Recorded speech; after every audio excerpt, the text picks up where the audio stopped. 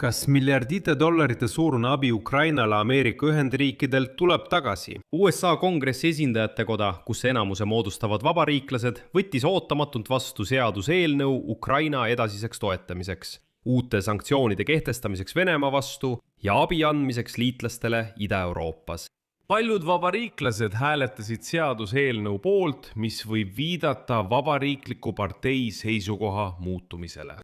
Eriti pärast USA välisministri Marco Rubio sõnu, et USA on lõplikult valinud poole Venemaa sõjas Ukraina vastu, tuleb anda auga demokraatidele. Eelnõu pandi hääletusele tänu erimenetlusele, niinimetatud vabastamispetitsioonile, kui kongressmenid kogusid allkirju, et sundida spiiker Johnsonit lihtsalt see dokument hääletusele panema. Aga sellel uudisel on, nagu alati, nüansid, mida meil tuleb arutada. Samuti arutame selles saates veel üht muret tekitavat uudist. Rumeenia sadamas toimus täna võimas plahvatus ja hiljem selgus, et sinna sattus eksikombel Ukraina meredroon. Minu nimi on Aleksei Petši, arutame seda teemat koos, aga enne kui alustame, palun tellige kanal, pange videole like, kirjutage oma kommentaar ja liituge minu Telegrami kanaliga Petši News, mille link on selle video kirjelduses. Niisiis uudis, mis täna hommikul paljusid ukrainlasi erksaks tegi. USA Kongressi esindajate koda, mida kontrollivad vabariiklased, võttis vastu seaduseelnõu, mis lubab eraldada tohutuid vahendeid sõjaliseks abiks Ukrainale ja kehtestada karmimaid sanktsioone Venemaa vastu. See näitas mõnede vabariiklaste valmisolekut seista president Trumpile välispoliitilistes küsimustes vastu. 18 vabariiklast ja sõltumatu kongressi liige Kevin Killy ühinesid demokraatidega, et vastu võtta seaduseelnõu, mis esitati esindajate kojas arutamiseks petitsiooni alusel, mille esitas kongressi liige Gregory Mix. Asi on selles, et selle seaduseelnõu hääletusele panemiseks tuli koguda kongressi liikmete allkirju, et mööda minna vetost, sest esindajate koja spiiker Mike Johnson keeldus seda isegi hääletusele panemast. Lõpuks oli hääletuse lõplik tulemus 226 poolt ja 95 vastu. Kongressi liige Mix esitas ühe olulise küsimuse kõigile Ukraina abistamise vastastele ja enne hääletust ütles ta järgmist, tsiteerin. Me kõik tahame, et see sõda lõppeks. Küsimus on selles, kuidas? Ma kutsun üles toetama vapraid ukrainlasi, kes võitlevad oma tuleviku eest ning andma neile relvi, mis on vajalikud enesekaitseks. Panna Kremlile vastutus selle ebamoraalse konflikti eest ja võtta Venemaa vastutusele tema sõjakuritegude eest. Tuletan ka meelde, et mais allkirjastas sõltumatu kongressmen Killy petitsiooni hääletusest vabastamise kohta, saades 218 liikmeks, kes oli vajalik selle küsimuse hääletusele panemiseks esindajate kojas. Ja neljapäeval tagasid 6 vabariiklast, Killy ja demokraadid vajaliku häälte arvu. Kuid nagu te nägite, andsid vabariiklased isegi rohkem hääli, kui vaja oli. Eelnõu näeb ette USA toetuse Ukraina taastamisel, võitluse pahatahtliku Venemaa mõju vastu, täiendava julgeolekuabi Balti riikidele ning ka välisriikide sõjaliste laenude andmise Ukrainale relvade ostmiseks ja muud sätted. Eelnõu näeb numbrites ette üle $1 miljardi abi Ukrainale. Kui kõik kokku liita, on see tervelt 1,8 miljardit. See teeb kuni $8 miljardit sõjaliste laenudena. Samuti uued sanktsioonid Venemaa finants-, nafta- ja kaevandussektori vastu. Ja just selles etapis tekkis segadus. Ma nägin, et Ukraina poolel tekkis siin natuke segadust. Ja eriti minu kommentaarides küsisite ka seda, vastan. Ja eile tegi USA välisminister Marco Rubio avalduse abi kohta Ukrainale. Ja ta teatas, et USA eraldab lähiajal Ukrainale $400 miljonit sõjalist abi, mis varem viibis Pentagoni tasandil. Rahastuse kooskõlastamise protsess ametkondades on juba lõppemas ja abi ise on ametlikult vabastatud. Ja edasi toon tema tsitaadi. $400 miljonit läbib praegu kooskõlastusi erinevates ametkondades. Juba eelmisel reedel nägin ma selle kohta midagi. Nii et need vahendid, nimelt $400 miljonit, kiitis USA kongress heaks juba ammu, kuid nende eraldamine viibis Ameerika Ühendriikide sõjaministeeriumis. See ei ole kuidagi seotud uue hääletusega esindajate kojas. Üldsegi on see hoopis teine lugu. Lihtsalt nii juhtus, et Marco Rubio ütles eile, tulevad uudised raha kohta ja siis esindajate koda hääletab Ukraina sõjalise abi poolt. Aga need on 2 erinevat lugu. Asi on selles, et just need $400 miljonit on juba ammu kinnitatud ja isegi Trump ei saa neid blokeerida. Aga Pentagoni poolt hoiti seda raha kinni, väidetavalt vajaduse tõttu teha kontrolle ja nii edasi. Viivitus tekitas kriitikalainet Ameerika seadusandjate seas.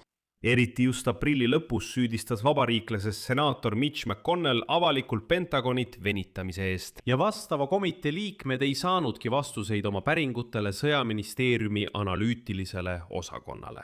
Ametnikud ei suutnud pikka aega selle pausi põhjuseid selgitada. Ja pärast pikka kriitikat kongressi liikmete poolt teatas Pentagoni juht Pete Hegseth kuulamistel, et $400 miljoni suurune pakett on ametlikult vabastatud. Aga ma ütlen veel kord, need on 2 erinevat lugu.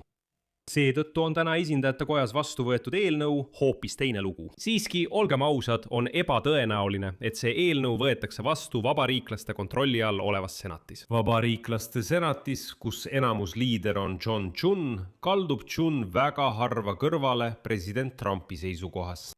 Heaks näiteks sellest, kui palju vabariiklased on siiski Ukrainast eemale pöördunud, on asjaolu, et vabariikliku partei liikmete arv, kes eelmisel päeval esindajate kojas hääletasid, oli vaid 18. Jah, sellest piisab, kuid samal ajal 2024 aasta aprillis ehk vaid 2 aastat tagasi hääletas täpselt samasuguse Ukraina täiendava abi seaduseelnõu poolt 101 vabariiklast. Tänaseks on järele jäänud vaid 18. Esindajate kojas viitasid vabariiklased, kes olid seaduseelnõu vastu aegunud tekstile ning kritiseerisid seda kui, tsiteerin, seaduseelnõu, mille eesmärk on parteilise propaganda loomine ja Ukraina kasutamine vahendina vabariikliku partei lõhestamiseks. Pealegi leidus isegi neid, kes nägid selles sõja pikendamist. Nende arvates tähendab Ukraina abistamine sõja pikendamist. Näiteks vabariiklane Brian Mast ütles otse välja, et selle seadusega piiravad demokraadid Donald Trumpi võimalusi olla vahendajaks Venemaa sõja lõpetamisel Ukraina vastu. Kuigi ma tuletan meelde, et alles eile ütles USA välisminister Mark Rudolph otse välja, et USA ei ole enam vahendaja. Kuid seaduseelnõu autor Miks väitis, et parim viis sõja lõpetamiseks on toetada Ukrainat ja sundida Venemaad läbirääkimistele, kui ta on haavatavas olukorras. Vabariiklased omalt poolt väitsid, et see seaduseelnõu takistab vaid uute sanktsioonide kehtestamist Venemaa Föderatsiooni vastu. See on üldse naljakas. Esindajate koja enamuse liider Steve Scalise ütles, tsiteerin, selles taotluses ignoreeritakse tõeliselt konstruktiivseid kaheparteilisi läbirääkimisi, mida Kongress ja Valge Maja praegu peavad Venemaa vastaste sanktsioonide karmistamise üle. Seetõttu keskendume just sellele. Et mõista, millest see härra räägib, eriti kongressman Steve Scalise, siis jutt käib senaatorite Lindsey Grahami ja Richard Blumenthali eelnõust, millega juba 2 aastat järjest ringi jooksevad.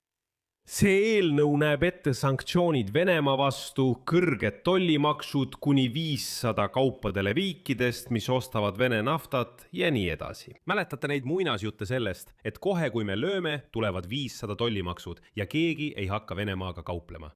Aga ma tuletan meelde, et see eelnõu pole pärast esimest esitamist 2025 aasta aprillis edasi liikunud. Ja nüüd ütlevad vabariiklased, et pole vaja hääletada Ukraina abistamise poolt, arutame veel aasta aega neid Grahami ja Blumenthali super sanktsioone. Samal ajal mõjutab Venemaa sõda Ukraina vastu üha sagedamini ka teisi riike. Täna hommikul toimus plahvatus Rumeenia Konstantsa sadaama piirkonnas. Varem avastati selles kohas sõjaline meredroon.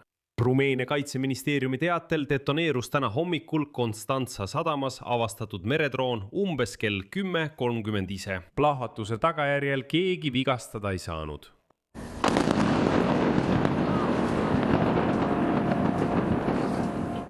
Me sõidame kuule, jah? Sõidame.